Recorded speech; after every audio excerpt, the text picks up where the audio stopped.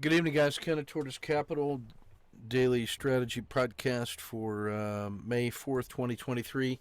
You're going to like this one tonight. Appreciate your patience. Let me be a little bit late tonight. I started with an AI writing project today at lunchtime at 1 o'clock. Instead of eating lunch, I said, what are the top 15 cognitive biases listed by Kahneman and Tversky, the Nobel Prize winners in behavioral financial economics, that could affect traders? Then give me the top 10 trading psychologists in the world and analyze their material to see what they suggest should be done about those top 15 cognitive biases. List the top 10 ideas they have for each of those biases. So that was 150 recommendations for action. I noticed that a bunch of those recommendations were identical. So I said, reduce that list to the unique recommendations from any psychologist and rank them according to the number of times that different psychologists have recommended them for the different biases. That gave me a concise list of 50 unique steps and skills. I said, now prioritize those 50 steps and skills into the ones that address the most number of biases. It turns out that the top 10 recommendations from trading psychologists cover 80% of the recommendations about dealing with cognitive biases. I then said, design me an adult learning lesson plan that incorporates the insights from those 10 trading psychologists for each of those cognitive biases, include the references and a case study for how to apply it, and produce a lesson plan that I could use at a master's level strategy elective. 2 hours later, I had a 100-page course on critical thinking with 10 complete lesson plans that incorporates the insights of 10 top trading psychologists, including a lot of Van's work, for the most important cognitive biases that there are for traders, with specific action steps that we can take. And it turns out when I compare that to our body of knowledge in the foundations and the creativity course, that we've got material from our work that supports every one of those 10 lessons. So I'm turning that into a concise graduate level course on overcoming cognitive biases and developing robust trading plans. And I'm going to be offering that as soon as I get some time to put it onto Rizuku and prepare that course. I'm probably going to offer that course for $197 for anybody that's ever taken the Foundations course. And I'm going to give it to everybody that has enrolled in the Creativity 202 course, because that is some heavy lifting, and those guys are doing a lot of good work and need to be recognized for that foundational work that they're doing. If you're in the Foundations course now, as I promised you at our check-in, I'm going to give you that course for free because you took a risk when other people didn't, and I'm going to give you that course on overcoming cognitive biases. I'm going to record that, and then I'm going to release it for distribution through the Tharp Institute, and that's going to go for $1,000 when it is released by the Tharp Institute. So if you want to be involved in that one, for $197 you can get it. I'll put the announcement in Patreon tonight, but you heard it here live first, and that's the payoff for being patiently waiting for me for a half an hour to get my stuff together. More to follow on that. We'll start with the swing portfolio on 30-minute charts in the usual way, beginning with old buddy Alcoa. These are all 30-minute charts. This blue box represents the last 5 days. This yellow box represents today's range from high of the day to low of the day. So that was the high, and there was the low. And this red box represents our standard risk for Alcoa, which is about 40 cents, based on being 1/10 of the range stat which is the maximum reasonable intraday move. So we break that into 10 pieces, and that gives us a manageable risk.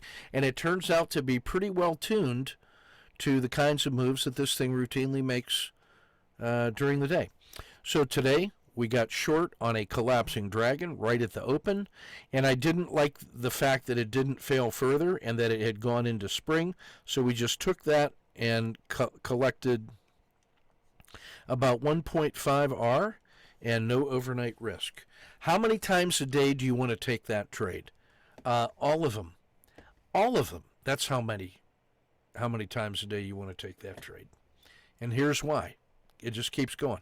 Here's AI. This is the C3 Artificial Intelligence Company.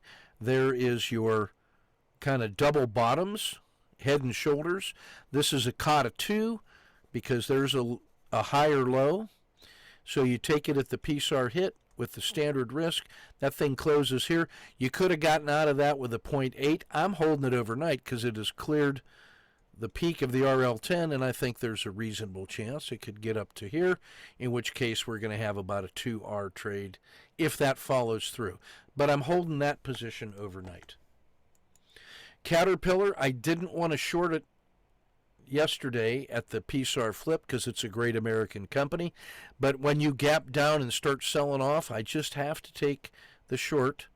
It fell all the way to the collapsing dragon level and then didn't fail any further, so I decided right here to just cash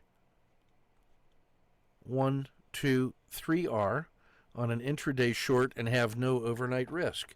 And I'll be stocking that one tomorrow, that if it holds here and breaks through that price level, I'll just slap the same standard risk on it and then trade it back to the top of this and make a decision if it gets to here. Like if it gets there tomorrow and starts to fail, I'll exit and I'll capture that piece. So that's Caterpillar, no 3R, no overnight risk.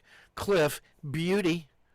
We got short on this one yesterday. This was the metal that we decided to hold because it closed really poorly here overnight and we were holding plus 2R. And we said, let's take a venture on that one. It gapped down another R in our favor. We added a second position. It collapsed and then showed no signs of getting through the dragon.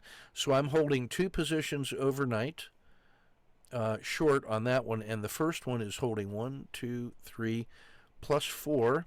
And the second one is holding plus 2.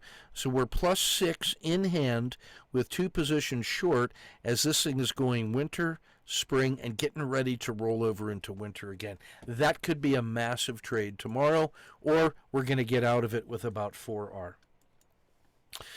Chevron took the we took the short position yesterday. Remember, it went short, and then we just had to cash that one for a 3R, and then it rolled up and started to fail, so we reinstituted the short here. It closed really poorly to here, gapped down to here, so we added a second position. It failed to fail further. The R10 rolled over. It had entered the Red River. It exited, therefore, at the edge of the dragon. And we cashed 1, 2, 3, 4, 5R on the first one, 2R on the second one for a total of plus 7. I mean, lather, rinse, repeat. Dish Network, short, cashed an R. Devon Energy, we started the initial short today on the collapsing dragon in the usual way. Gap, it was selling off, broke. There's our standard risk. I'm holding that one with plus 2 and ready to see more weakness tomorrow. Electronic Arts initiated the short. That collapsed in the last hour, and that one could be massive tomorrow because remember, it's going winter, spring, and just started the winter in that sell-off, and there is no support anywhere to be seen. This thing could be huge down tomorrow, and we're holding about 2R in hand. Like it. Emerging markets, I missed the upward move of the last 2 days. Ethereum, boy, this has just made me thankful to be lucky. Because if you recall, I was horrible on this one. We got long, and then I missed the exit in here, and watched it fail, and then I said, crap. Get to the zero state. You're down 3R, but there was a morning hook, so we bought a second position here. That thing has done nothing but take off. And then today, it was a COTA 2 breakout, so we added a third position. So when the smoke clears, don't do this. But if you do that, get back to the zero state and trade properly, and it'll pull you out of the hole. So right now, this is a complex trade, but this one is holding 1, 2. This one is now +2. And good things happen to bad people sometimes. This one is holding 1, 2, 3, 4. And this one is holding +1. So we're now at about +7 on 3 positions. So I can afford about a 1R stop on all of them and protect 4R. And this thing could really go tomorrow because the rest of finance is collapsing and this thing is above its RL10 peak. So there could be some good moves in the whole crypto. No trade on. I had span of control issues today. Mexico, no trade. Brazil, no trade, but they were available. Intel, COTA 2 standard entry. Unlike everything else that was selling off, this thing just bottomed out and gave you a nice COTA 2 intraday. Standard risk. Closed pretty well. Holding +1. If tech recovers, it's an easy case to argue that Intel will be a leader. International paper, no trade. Real estate, no trade. KRE, holy mackerel.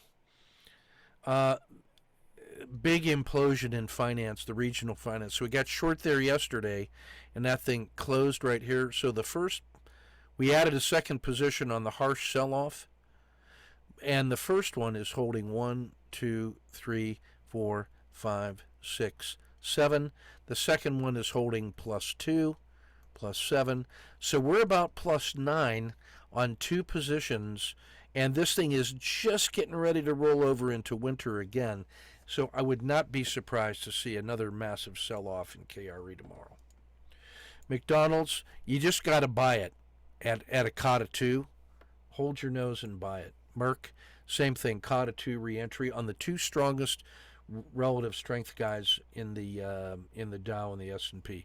Marijuana, this thing was unbelievable. My brother called me this morning and said, hey, this thing just broke out of that descending triangle and that whole series of descending highs, and it broke out. I went and looked at it. He called me. It was right here. I watched it go to here, and I said, I just got to buy it, and put the standard risk of about 10 cents on it. It then stumbled into this move of +35 cents. So that's 3.5R in hand in the first 30 minutes. And then it started selling off in the next. So I just collected 1, 2, and said, I don't know what's going on, but we'll take 2R. Thanks to my brother for the phone call. Wait till you see the other phone call he gave me on WAL, a Godzilla. That was really the reason that he called me. I got to persuade him to start a live trading room that looks only at the Godzillas and makes alerts for that kind of intraday move, because I'm telling you, that is like finding gold on the ground. Clean Energy initiated the short when it rolled over and then broke through the dragon today.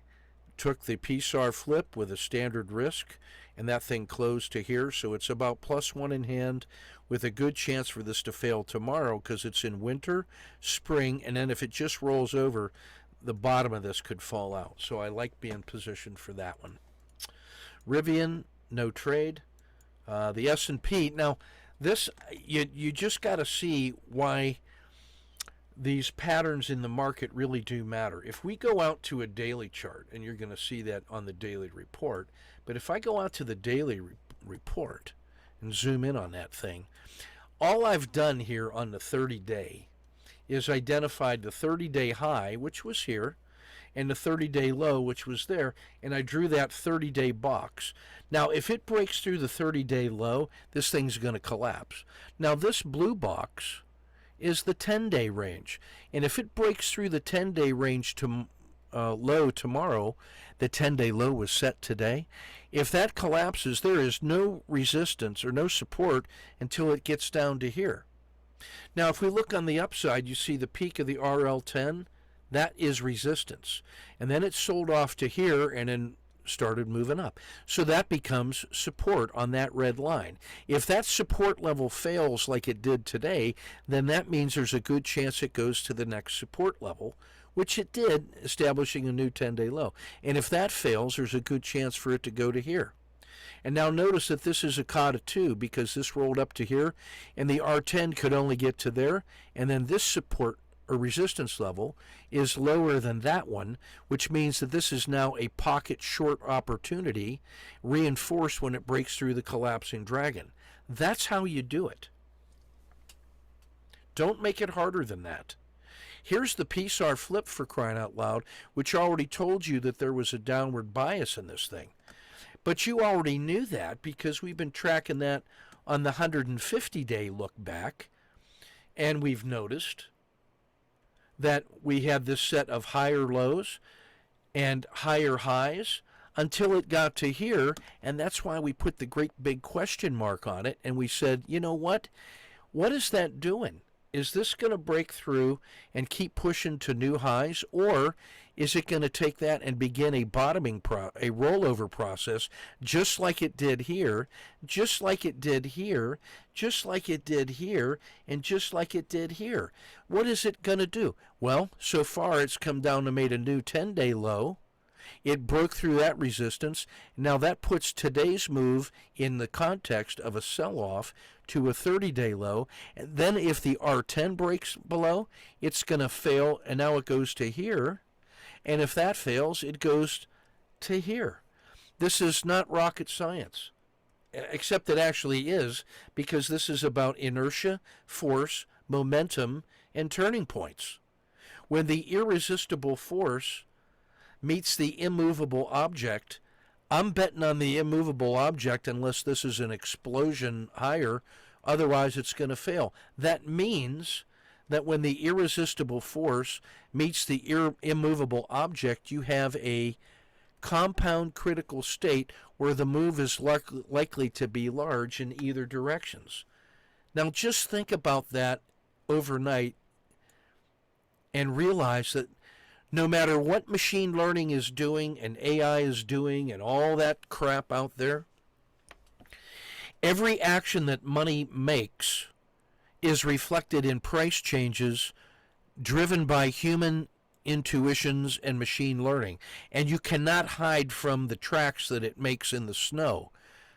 You can almost never see a wolverine, but you can see their tracks in the snow and begin to understand their behaviors by studying that. Now, history won't repeat, but it sure does rhyme, and you can now start establishing the boundaries of that little wolverine's moves throughout the battle space. And then, like an opportunistic coyote, you can go eat your fill of whatever the wolverine kills, because he only eats what he can take and he leaves the rest. And he kills animals much larger than himself, so there's always extra ready for the savvy coyote to come in and get. That's what we're doing here, fellas. But I digress. 30-minute chart.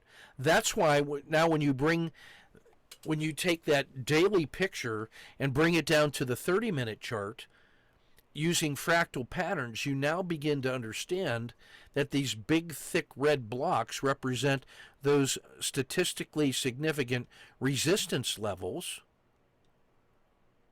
that carry over from the daily chart onto the 30-day. So now when I see this kind of move, when it breaks through here, I'm entitled to be short. And when this rolls over again at the same level, I can get short here like we did yesterday. And then when it breaks through the statistically significant level on the daily, I can get short instantly here, and now I can be postured for a breakdown of this level through the new 10-day low. That is what fractal hybrid trading looks like on the daily and 30-minute bars. Each one of those bars is 30 minutes. You got plenty of time to think about that. Hey, what about if I go look at the 3-minute chart? That's what those big red blocks look like there. And now on the 3-minute chart, that's the easiest entry you ever made because it broke through the significant support level after all of these shenanigans. It made a decisive breakout this way because you don't know which way is it going to go. What is that? That's the Fed. Do you trade in the middle of the Fed? You do not. What you do is you wait for support and resistance levels to break, and then you follow the price. Now today, when it broke through yesterday's support level, you can even see why that's a support level when you look at the 3 minutes. That was an instant short today, and even if you just took that trade, you're good to go. Now you can see that if this double bottom in today's price action at 404, if this comes out of this box tomorrow and breaks above the green line, you want to be long because that will be an overreaction in the wrong direction, and you'll see obviously that that is support, and you want to be on that side if it breaks through the green line at 407. But if tomorrow it breaks out of this box and fails below 404, you obviously want to be short because that will be resistance. So now you say, well, hey, Kenny, you dummy, what is this whole price? Is that support or resistance? And I will say, yes. It is a combination of support and resistance. It is resistance to all forces that can't break through, and it is support for all price that does break through. Support and resistance is the same coin, except one side or the other. What used to be resistance is now support. What used to be support is now resistance. This was support because it held and it did that. This is now resistance because it couldn't hold and is rejecting. So you need to know what those price levels are so when it bounces you can get short, or if it breaks through you can get long to the next support and resistance. That's what we mean by multi-time frame, multi-lens analysis using the 3-minute, 30-minute, daily, 3-day, and 9-day time frames to get fractal time period insights into standard patterns. Look how this thing reacts even just using the MACD histogram. This already told you that was a compound critical state, and it resolved to the upside easily, and you see that. And this is a compound critical state right here, and it broke to the downside. This is a compound critical state on the short term because it's right at the zero line and is now ready to break either long or short. That's all you need to know about tomorrow. Treasuries, back to the 30-minute. No trade, but it's interesting. If you're a treasury trader, you love the fact that it's holding right here, critical state ready to break to here, or break to there. I don't know which way it's going to go, but if I'm a treasury trader on 3 minutes, I bet you I can trade that. Tesla, I didn't have any will to trade it. It's just been beating me up like a rag doll, so I'm just stepping aside. U.S. Steel, however, trades like a champ. It trades like a young man. We tried this SSC and took a no-lose plus dinner for. If you don't want that as a winning trade, just send me the money because I'll take that trade all day. Even though I ended up giving back a lot, I'll take a no-lose plus dinner for two. And then when it breaks through the collapsing dragon today, short, and then it didn't fail further. It didn't fail further. Why not? I don't know. But we'll figure it out tomorrow, and meanwhile, we'll cash 3R on the tactical short on 30-minute bars. Those are very deliberate moves. Easy decisions to make when you're conditioned to trade on 3-minute charts, and then you go to a 30-minute chart. You have plenty of time to look at the 20 symbols that are on my tactical list. I can look at all of those every 30 minutes and quickly figure out what it is I got to do. Because as this thing starts failing, I can see the price level where I have to get short if I'm going to get short intraday. But since I'm already short, I can decide if I'm going to add a position or just manage this stop.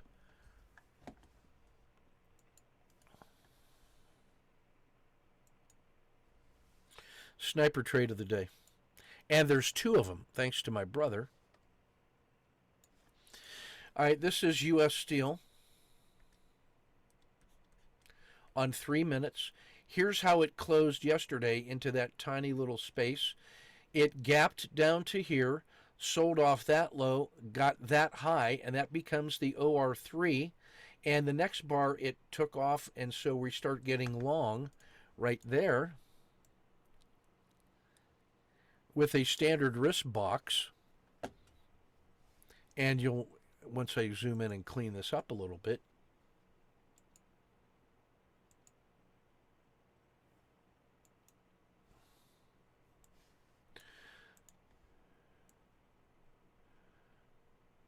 so that's what that looks like at the opening, right? Just, I'll narrate that again. This is how it closed yesterday into this little tranche. It gapped down to here in the opening 3 minutes. So that's your gap. It's a large gap, so you know there's a good chance for it to be a big move in either direction. Just don't know which one. It closed at the top of the, so it got here, sold off, reversed, closed here, and then kept going. So I just said, there's my standard risk. Let's go. Check or hold.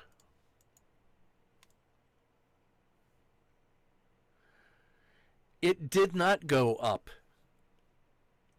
It's supposed to go right up and get through the PSAR and just keep going on to glory. It did not. What did it do?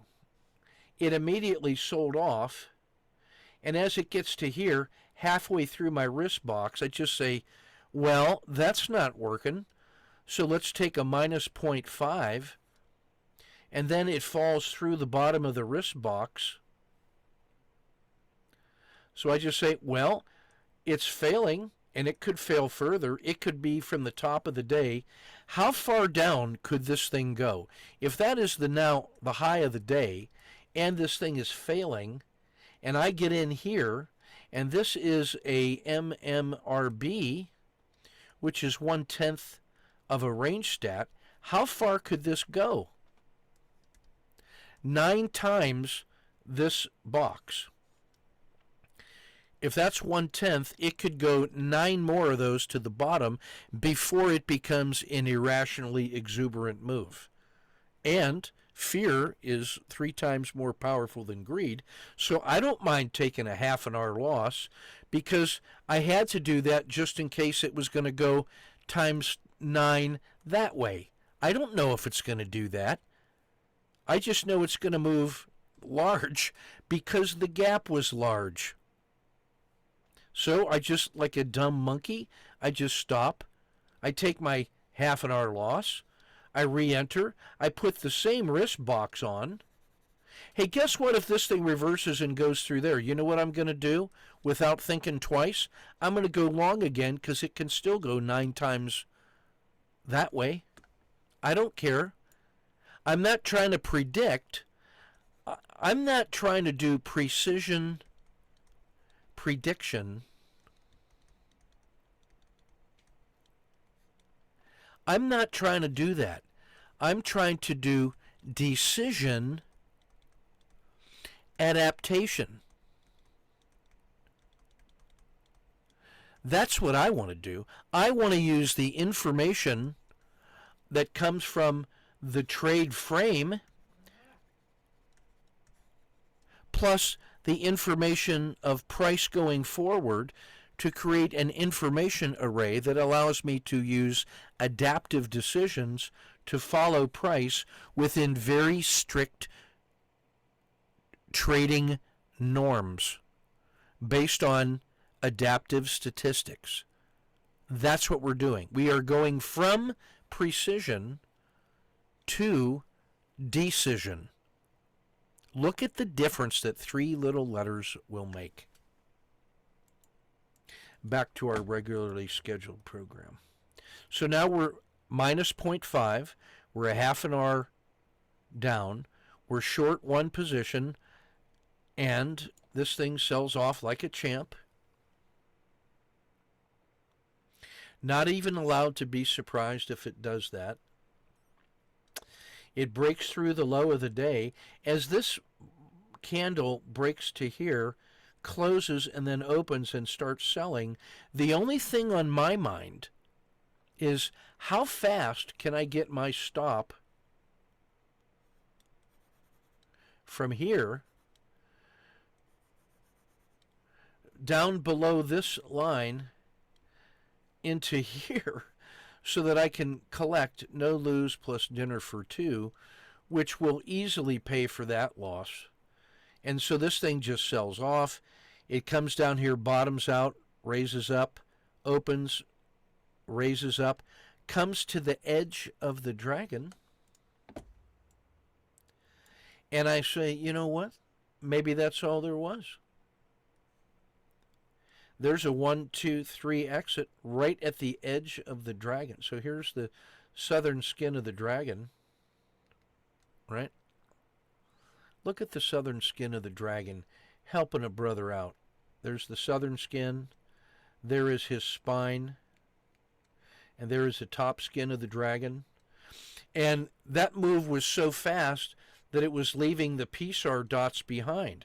So I'm not going to let this trade, which got all the way down to here and has now started moving back, I'm not going to let that just routinely come back to the PSAR, because the size and speed of that move was so great, it just left the PSAR behind. So I used the extra information of the dragon, which is this little guy right here. That's that noise buffer. And I said, you know what? That move from here to here was enough. Let me just go ahead and collect that. And when I compare that to the size of my risk box, I realized that that gives me plus 2R and a very clear price level that if this rolls over and breaks that way, I can be short again. Check or hold. Because I know that this was the top of the day, and there's nine more of those to the downside, and I've only seen 3 of them, so there's another 6 to the downside still reasonably available. So if this thing rolls over and breaks through here, I can get short again without worrying about, well, where could it go to? I already know where it can go to based on the size of the range stat and what the high of the day is. That gives me my reasonable intraday moves to calculate whether or not there's a sufficient reward to risk ratio to get my attention. So we collect 2R in the usual way. And, oh, it rolls over.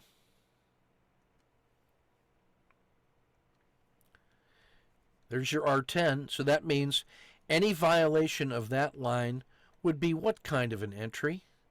If I got short right here, what would we call that entry? Collapsing dragon. And since that's the top of the RL10 and it's rolling over, any entry in this space would be called what? We would call that a pocket. And in this case, it's a COTA 2 entry because we already have a high, a lower high, and we had a successful trade. That makes this a COTA 2 entry in the usual way, and I put my standard risk box on it. So now we have a COTA 2 short. If I just wait for this, am I wrong? No, because I'm only... But I'd like to collect that little piece, and I have enough confidence in this as a 1, 2, 3 short, and it never even got through the dragon. I have enough information to tell me that that's a justified risk. So now when this breaks down to here like it did, I can just move my stop from here to no lose plus dinner for 2 and get my risk out of there in 5 minutes.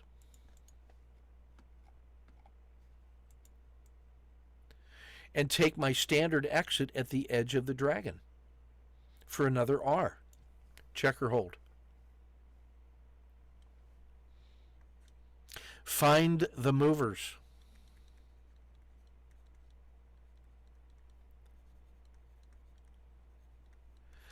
Start with the symbols that are in a compound critical state, and that tells you when they are moving significantly, when they break out of their box. So there's another +1 here. Now this becomes an SSC because it got through the dragon. You can see the dragon already starting to roll. You can see that it's crossing through the PSAR flip. So now I can get long here with a standard risk box. It's probably going to look something like that. Check or hold. Just like downtown. And it has a nice orderly move.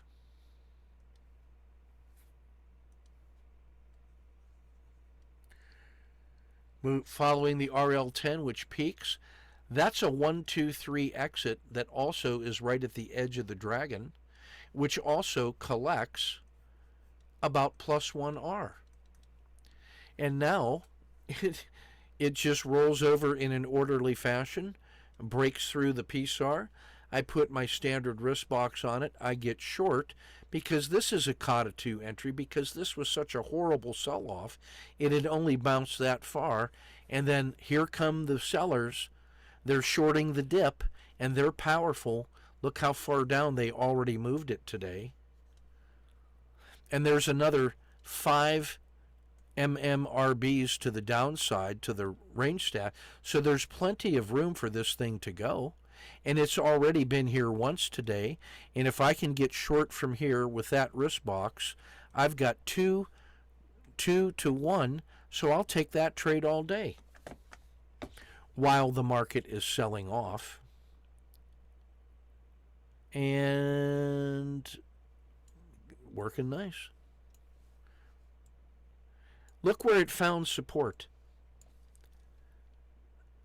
Of all the places that it could find support on this trade, this just might be the least surprising one of all, because it did just exactly what it's supposed to do.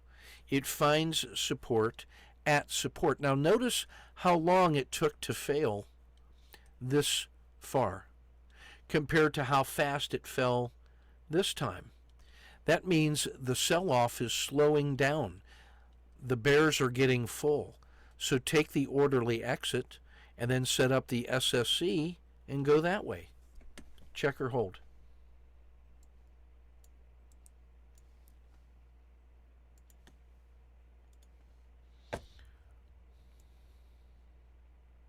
And it's only coming out of lunchtime. Half an hour. And that was enough. That's about 6R for the day on U.S. Steel on 3-minute charts on the trading sniper trade of the day.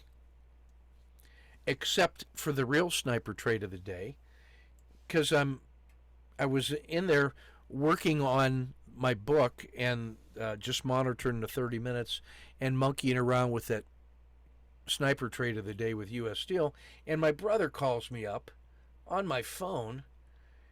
He's one of the 3 people that I will answer when they call me on the phone. My wife and my son, my daughters being the others. Or if I recognize you, I'll do it. But he says, hey, symbol WAL is a regional bank, and it was a Godzilla a couple days ago, and so it's still on him. All he does is watch the Godzilla list. And he says, hey, it was on there, and today it had this huge gap down, and this thing is selling off like a rocket in reverse. So he calls me right in here, and he says, what do you think about that? And I said, well, let me put it on my screen, and I see if it breaks below that, then there just might be some more sell-off. But otherwise, if it breaks through here, it might be that. So that looks like our yellow zone. Would you agree? Check or hold? He said, yeah. Now, him being him, he's already short from it here. And I don't know if he was looking for confirmation or praise, but I gave him both, and I gave him gratitude, because I'm ready to trade this thing like this or like that. That's about a $2 risk on a $25 symbol, so that's a 1%.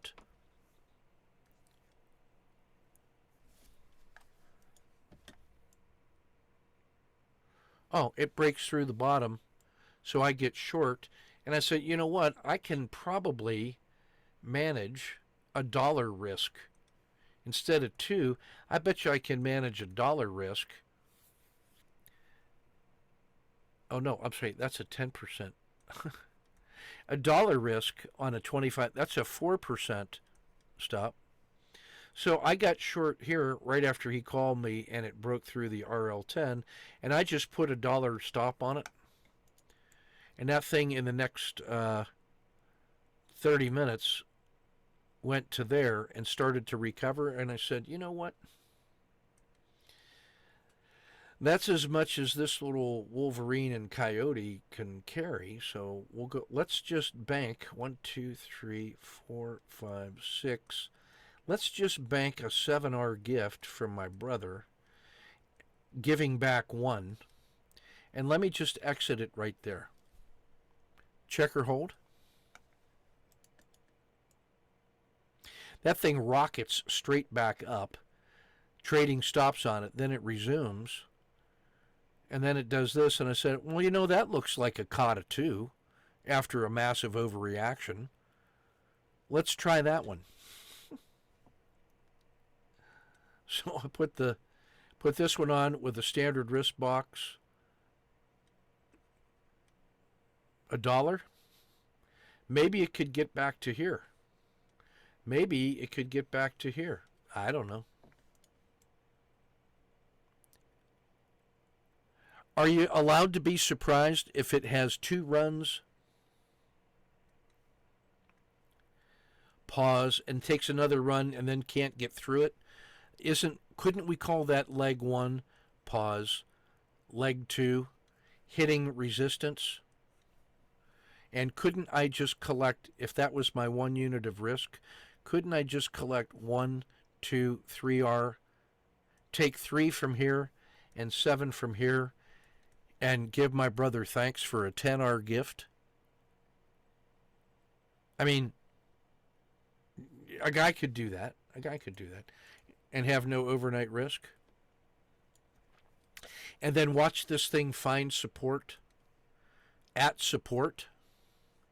And then call that a compound critical state tomorrow and be ready to trade this with either $1 or $2 of intraday risk on 3-minute charts. Could a guy do that as a continuation pattern of a Godzilla for symbol WAL? Yes. Could a guy take a look at the Godzilla list and just using those, frame them, find them when they move, and take low risk moves intraday? He could do that. Yeah, a guy could do that. So thanks to my brother. Now you could see why I'm trying to persuade my brother just to do that and just run a room so that I don't have to. Because I'm interested in interesting things. And, you know, I don't know. Maybe he'll do that. If enough people asked him to, he might do that. Let's see if he'll do that. He might.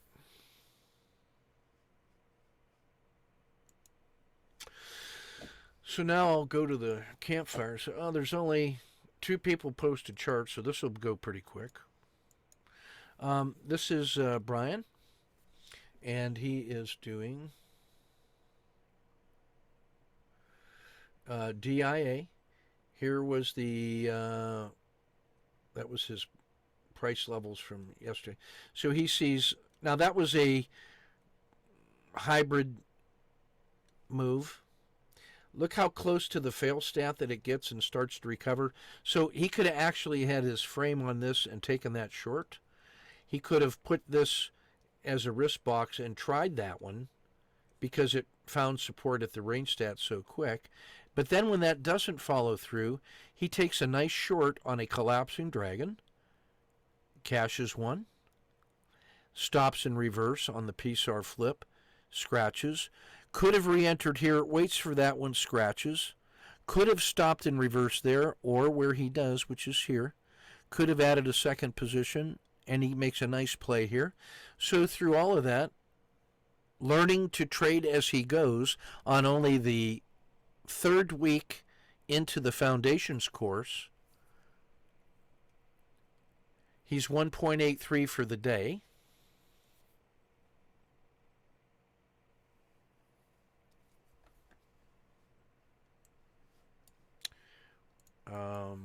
Let's see, where is the... Yeah, 1.83 for the day. And has basically 14R over 40 trades, which is about 0.25 expectancy. On learning a new system, being flooded with information, he's still sorting it out. Oh, no, I'm sorry. Because if that were 15, that would be 3/8, which means that his expectancy is 0.37. So you can make a living. You can make a living on 0.25. You can make a reasonably better living on 0.37 expectancy. That ain't bad for 3 weeks into the course.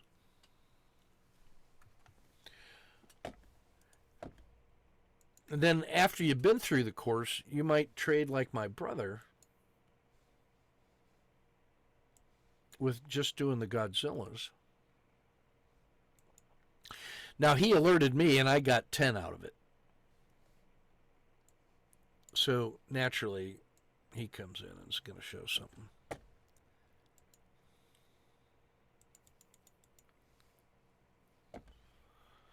Yeah, like I said,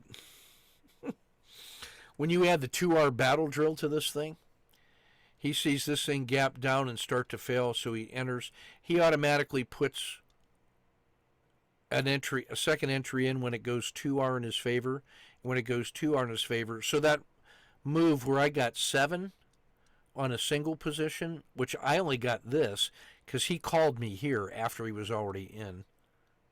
Jerk. But he got 3 positions in there, and that allowed him to exit right at the same place we exited.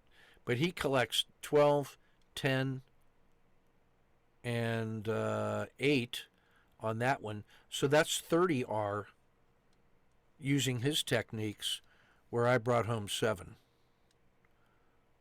But he's younger than me and aggressive. And then he gets the same kata 2. He doesn't just get 3, because he puts the 2R battle drill, and exits here. And then he keeps playing it, because why not, and goes there. And he missed, there was one negative trade in there for minus a couple. So he brings home 42R on a single intraday play. And there it is. And as Eugene just correctly points out, I don't know if you guys can see. Can you guys see the chat box there on the screen? Yeah, social media, as Eugene says, my soul brother, social media can start a bank run, and smartphone banking apps can feed the run in a few hours. As he correctly points out, the world has changed, and the stress cracks are showing. Cash and brokerage accounts are at risk because it may get swept into a bank overnight, and that bank could get crushed. Symbol IAB will now sweep your overnight cash into 10 outside banks in order to reduce bank failure risk to your account. Pretty good ideas. But this whole idea is a perfect expression and a perfect example of my point about we've got to replace precision planning, thinking that you can forecast what exactly it's going to do. That's a control mindset that is very fragile when things don't go your own way. And we have to replace that with decision planning to be able to go from precision to decision, we're changing the P and replacing it with DE. D. Decision planning allows you to structure effective, robust strategies that when you identify tightly compressed, compound critical states, remember that was compound because on the 150 day, the 30 day, and the 10 day, this thing was in a critical state. And now it can break in either direction, and it leads through decision planning in that way. Go ahead, Bill. Talk about it. No, I was just I was just coughing there. That I couldn't. I tried to play the reversion play, but I couldn't trade there for the longest time. That's why I left the negative trade there in the middle just to mark that. Yep.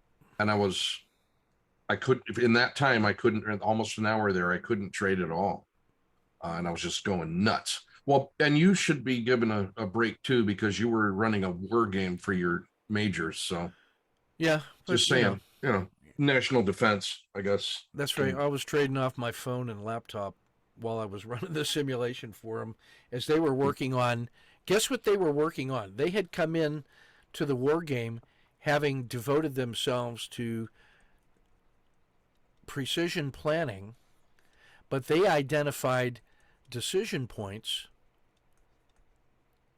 so that so when the friendlies are moving this way and the enemies are moving that way, and they have a train wreck of a meeting engagement in the form of a diamond, that creates a critical state and fog and chaos of war. And what comes out of that is that if you have a diamond mind and you have focused on decision planning, now you know that what to do if it starts going that way or if things start going this way, and now you know what to do because you have framed the compound critical state and explored and rehearsed and prepared for any contingency that comes out of there, and then you can follow that up with effective action and reinforce success whichever way it goes. So I am teaching these guys who have skin in the game how to go from the world of precision planning. You still have to do that. That's what we would call trade framing and all the prep work. But in execution, it has to support adaptive decision making based on evidence of price action or the enemy's behavior in this case. And then if you can frame your risk very tightly in those compressed states, when the breakouts occur, you're not surprised because you've already visualized it, anticipated it, rehearsed it, and get your risk out, and then follow it to its natural limits. That's what happens right here. Just one quick question: is that the video or the war game that Steven devised? It's part of it. He built the prototype for it, and I gave that to some Army contractors as a baseline, and they've turned that into what's called a program of record. Yep. And which means that it has significant money and lots of computing power behind it, and validated for use on national defense information systems, so that we can use that war game to train guys not only in our school but across all Army schools and in those of our NATO allies. So plus one. I just wanted to give Steven some props. I know he's not into that at all, but you guys, this genius of a son of Ken's, just there's a standing thing out there, and I know Ken and Steven are not ones to blow their own horns, but I will blow that for them. Ken has a standing thing. If anybody can beat Steven's score on this game, Ken will fly out and buy him dinner.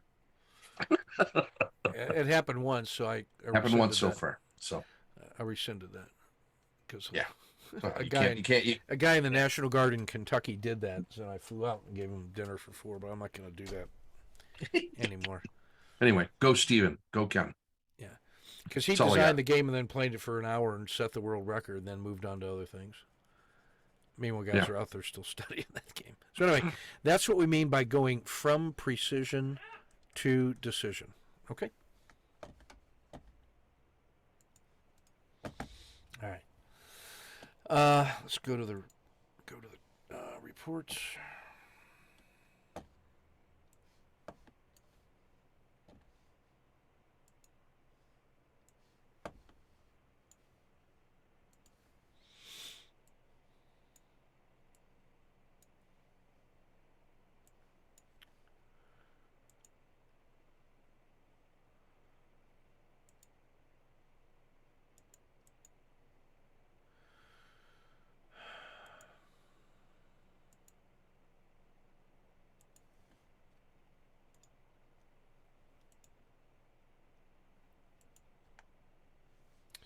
Come on, Kenny. Just zoom to the size of the page, Ken. Fit page. So there's our 150. You can see it's coming out of that compound critical state again. It seems to be voting this way. It broke through that support level. It made a new low here. So if that breaks tomorrow, it's going to here. But if it breaks out this way, it has a good chance to get to there. So compound critical state.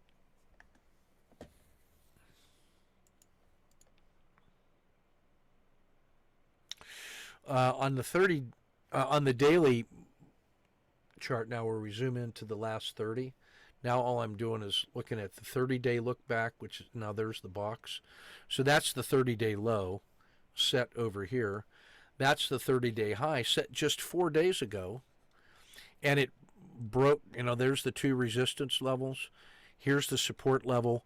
That's where it closed yesterday. It broke through that today. And so now the sell-off to here allowed instantaneous short. And then it held at a new 10-day low and then recovered back to the black line. So if this breaks below here, it's going this way. If it breaks out of this, it's going that way. That's why I call this a compound critical state. I'm like a broken record on that, but, it's my favorite song. And look at this thing just getting ready to break below the zero line. And that means fall is getting ready to go to winter pretty soon. And then that's what a winter move would look like.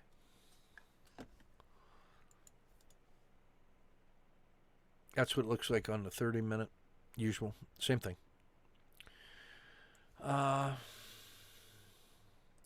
We're still in bull quiet. Significant short-term weakness. It's now risk off for volatility because you said, uh-oh, that little rollover I just described, it just triggered an alert, said, look out below. Now, that little pullback was enough to alert people, hey, you could buy the S&P and the mid-caps and the diamonds on dips, but if those fail, then that means it's really significant. That's what happens in compound critical states, is you can see arguments for trades in both directions because you have essentially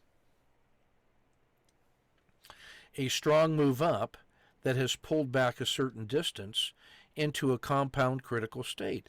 And all the guys who believe in this say, oh, you can buy that on dips, and that's why you see diamonds and the spiders and the mid-caps on the channeling and overreaction systems.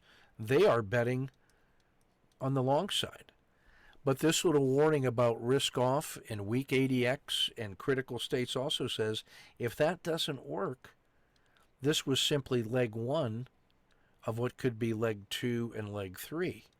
If the upside works, then you could see leg one gets back to here, and then leg two and leg three. So don't be surprised in compound critical states that you can see ambivalence. It's the very ambivalence which sets up the tight risk box and the large potential moves in either directions. You're always going to have that kind of uncertainty and chaos by design. You have to learn to become comfortable with being uncomfortable. You have to be comfortable with the idea that this is just a coin flip and that half the time you're going to be wrong, and where you get paid is by being able to cut that risk and go the other way without hesitation, as I showed you with U.S. Steel this morning on the sniper trade of the day. You should probably listen to this whole video 30 times, probably. I don't know. Nah, that's painful. All of the breakdowns on the NDX are showing you how widespread the new failures are becoming, but especially things that are breaking down on multiple time frames, like Pfizer, all of these dudes. But the strength is in Apple, Intel, and Tesla.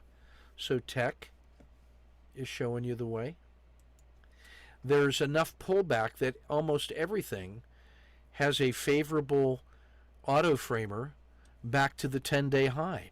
There were also a ton of 5-day downs in a row and some 551Ws which had 1-day positive moves. So there's plenty of things to choose from in a compound critical state. It's a buyer's and seller's market. When you look at the ETFs, this should jump out at you right away. Say, wow, marijuana, are you guys smoking dope? Maybe. Sorry about that. Metals and mining, that's the weakness in Cliff, Alcoa, and U.S. Steel. Energy is weak. Mid caps are weak. And diamonds are weak. That's why those are so weak that they actually set up the trigger for buy on dips in both of those. That's what I mean about indecision and compound critical states. You can see a strong argument for a large trade in either direction. Who's going to win? I don't know, but I'm going to follow them. I'm going to be first at being second. Long-term survival strategy of coyotes and wolverines everywhere. And badgers.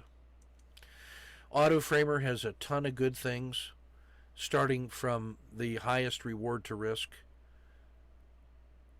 Energy, Chevron, oil, ExxonMobil, the energy sector, Pfizer, finance, Goldman Sachs, the S&P, diamonds, and the Russell. All of these frame out well on buy on dip opportunities.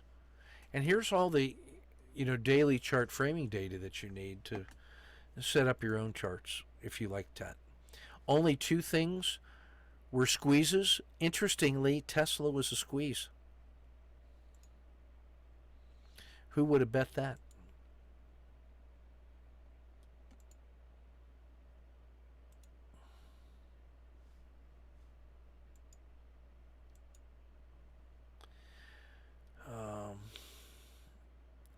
I tried to make a strong argument for Godzilla's.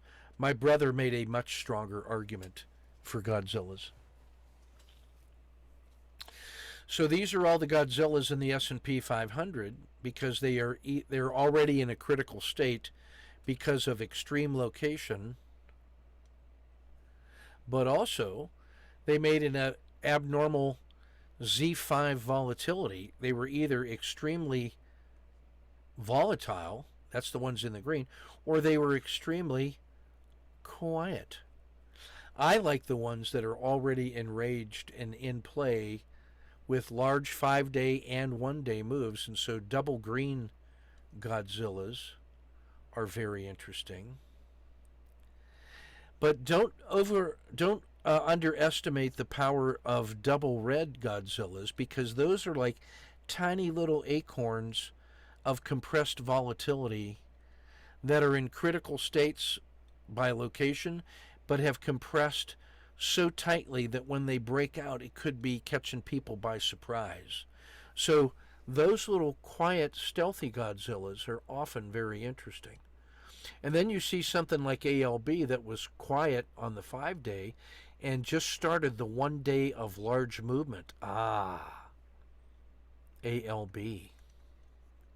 It's in day 1 of an expansion from the acorn. I just don't know what direction. Doesn't matter which direction. You go in the direction of price. Because the tactical move is large, I bet you that was an up move. Maybe we could afford to go take a look at ALB. Let's just try that. Don't forget what Stephen pointed out to us is that Godzilla's move from 2 to 5 days. Yeah.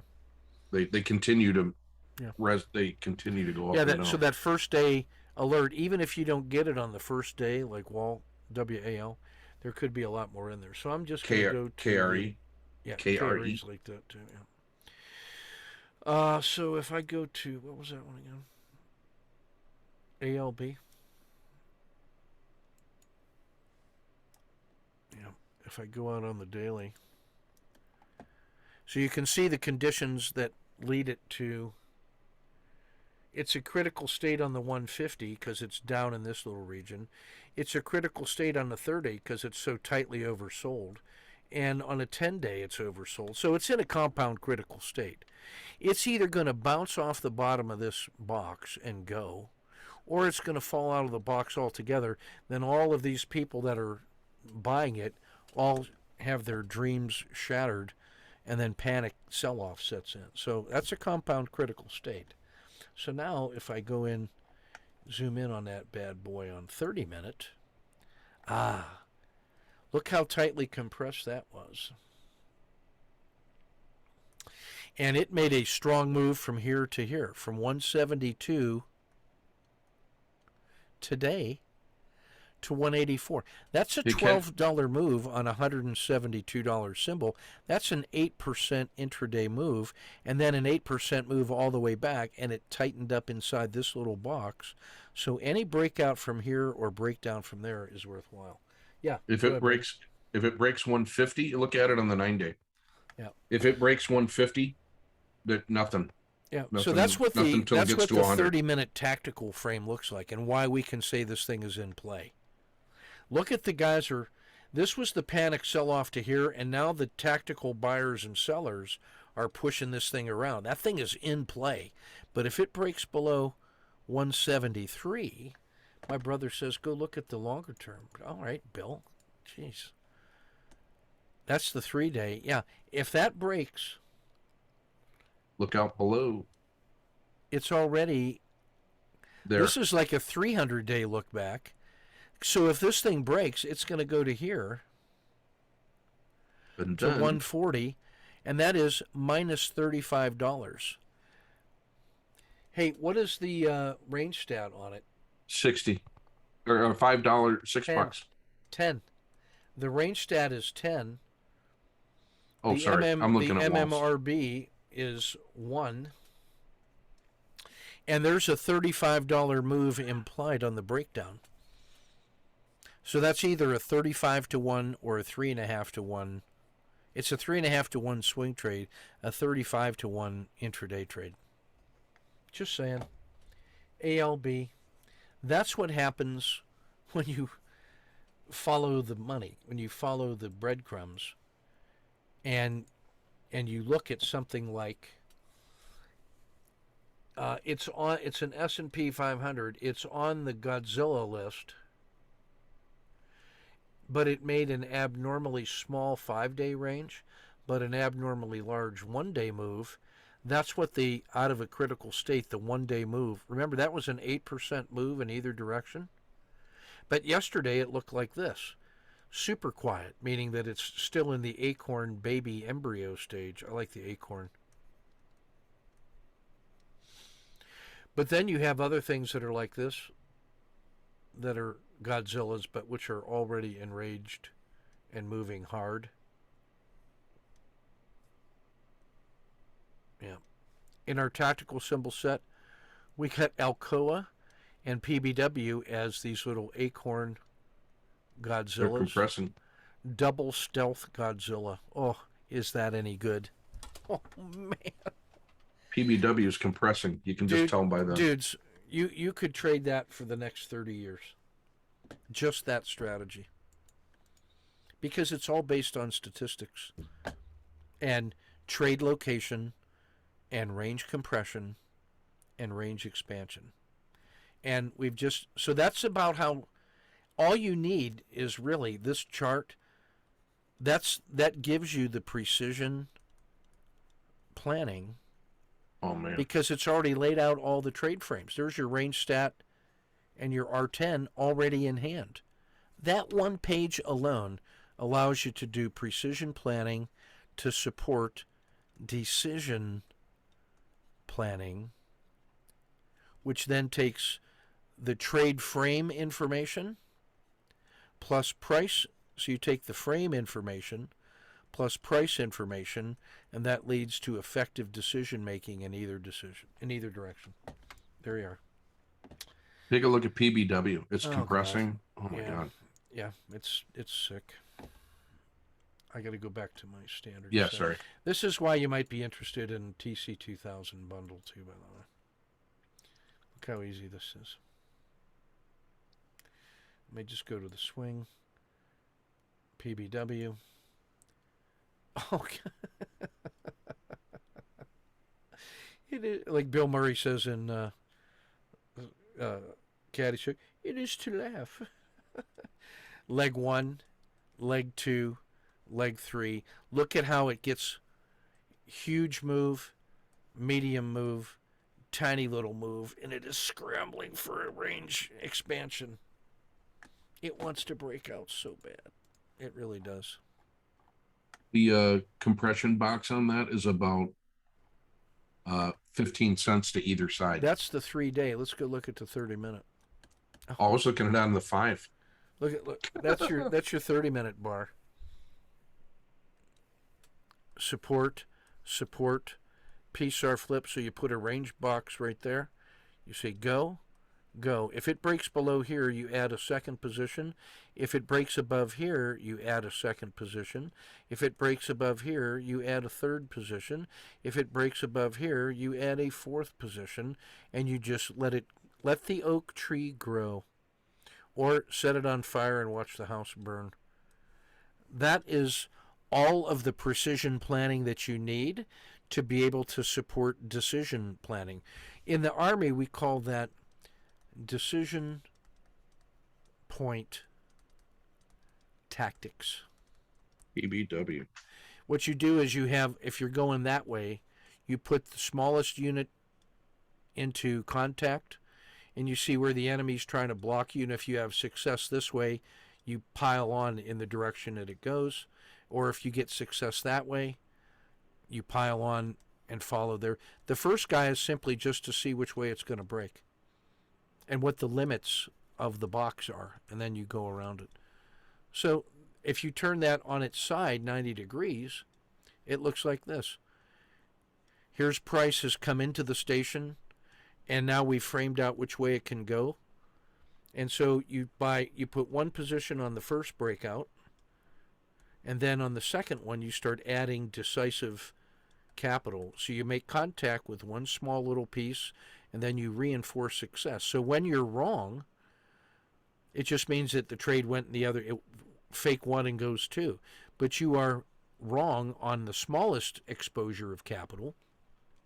And then once you start building momentum and getting evidence, you get large on successful trades.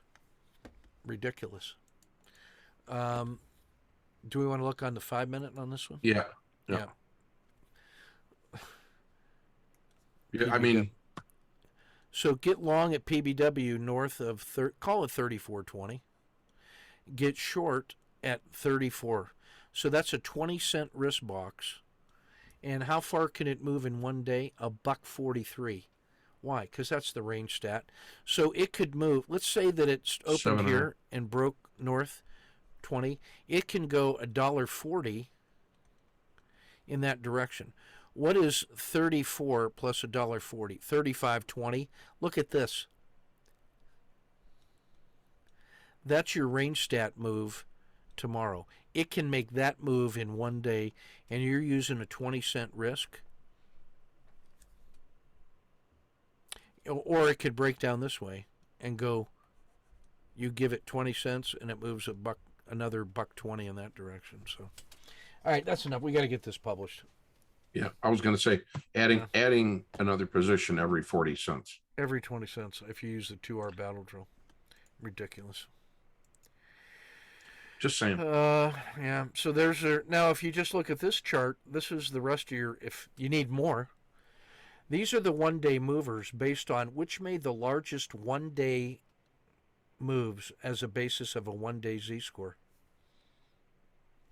And these are the ones that are double super quiet. Interesting.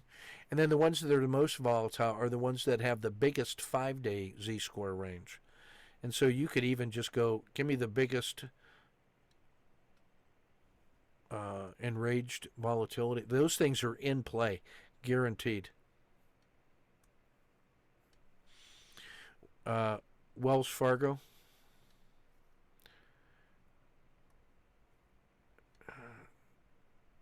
Chevron. That's a Godzilla, by the way. Enough of that. Standard framing for the auto framer in TC2000. Yeah, Eugene points out Zion is another regional bank that's ready to collapse. Out of our tactical sets, these are the ones that are aggressively in play. Energy, oil, finance, and Simon Property Group. These are the ones that started 1 day moves. Look at marijuana. That's the marijuana move. Agriculture. And everything else is still basically double secret probation on quietude. Dominated by the fall and lots of winter showing up. That means there was a nice summer, fall, and then plenty of things are now in the winter. That's the worry. Don't be complacent. That should tell you, look at all the red and just very few things in the green.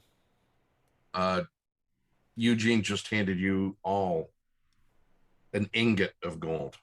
If you look at Zion. Zion, it is so compressed. It's not even funny. It's not even funny. Let me get to. I was Hopefully, it's looking in at the him. S&P 500. That'd be I don't. nice. I don't know that it is. Yes, it is right there. Zion. Let's see. We got to get some. So that's got a. Let me get a. Holy crap! All right. So Zion. So we're looking. I was looking at 5 minutes. So let's just look at the daily. Oh God.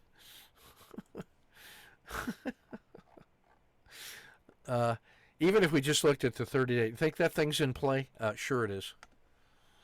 Look at the 30-minute. All right, nice and stable today.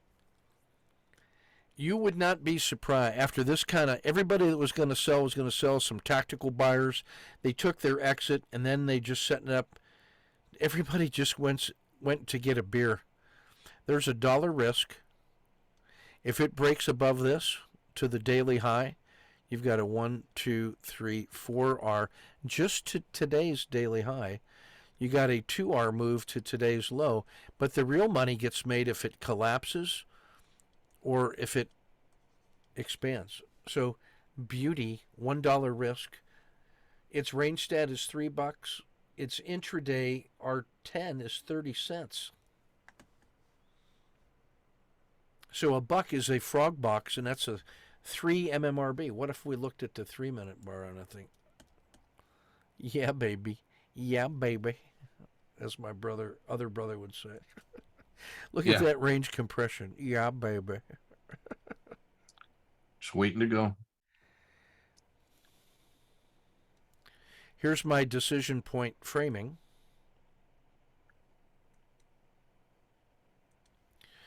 There's my risk box. Call that the yellow zone.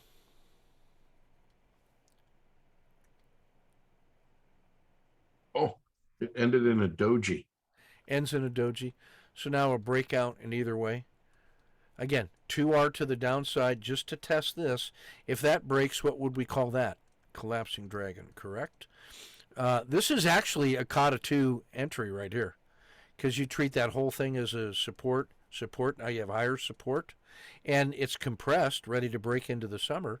And here's your first objective, a 2R move to here. If that starts to fail, you cash it. If it doesn't fail, you add a second position. go to here. If that succeeds, you add a third position. If that fails, you just cash about a 6 hour win. Lather, rinse, and repeat on a symbol that's in the and then if it breaks above here, you have a swing. You convert it to a swing trade by keeping 10% of the gains and just keep 1/10 of the position. Because now you'll have a nice move all the way back to here. Oh, And if that works, to here. And that's what your swing trade looks like. Paid for by the breakout from here, convert it to a swing, and off it goes. And if that works, now it's got to clear that whole gap to get back to 50. But remember, you're talking about buying it at 30, and that's really a 70% gain. You're not going to get all that in one day. I don't know. You lost all of it in 2 days. You tell me what it's going to do. Are you going to try to predict that with precision, or are you going to try to adapt your decision? Precision planning yields to decision planning. And then execution is decision adaptation. Got to let these guys get some sleep. They got some work to do. it could go to $6, man. Yeah. Take good It did care, that. fellas. It did that in 09. Went Yeah. down to $6. I just, I was pretty sure you were going to like today. That's a pretty good 90 minutes. Good night, everybody. That's an entire workshop in 90 minutes, fellas. The real work is what you do. You know, you got to. We've laid out the raw materials. We've provided you the tools. We have a workspace to do it in. That's your workshop. And now, for you to perform due diligence, you actually have to do diligence with good, humble, honest craftsmanship in the workshop. Learn to use the tools. There's an abundance of raw material. It's what you do in the workspace.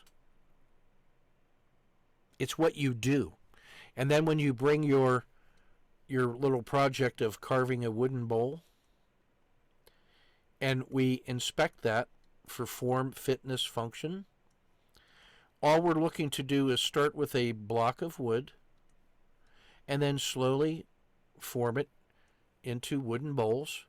And then we just learn to make wooden bowls better and better through thousands of iterations with a spirit of continuous improvement and humble gratitude and forgiveness. And that allows us to respect the monkey mind, because the monkey mind is what gives us the energy and the vision and the inspiration. And then the golden circlet of discipline is provided by Guan Yin, who gives us humility, gratitude, and forgiveness. Just call all of that a state of grace, which combined with the raw energy of the monkey and the energy of grace leads you towards proper vision of service to others. And you use this to build craft knowledge in support of your life goals, which you are aligned to because they are connected to your values. Gratitude and forgiveness with a sense of humility, but you must do diligence. To do work in the world means that you have to apply energy to physical things and move them in time and space to create accountable change in the world. That requires work, which requires, and we want to use tools and leverage to get the best return, but work is required to achieve action that changes the world, starting with raw materials and leading to the bulls. Anyway, enough. Off we go, fellas. See you tomorrow.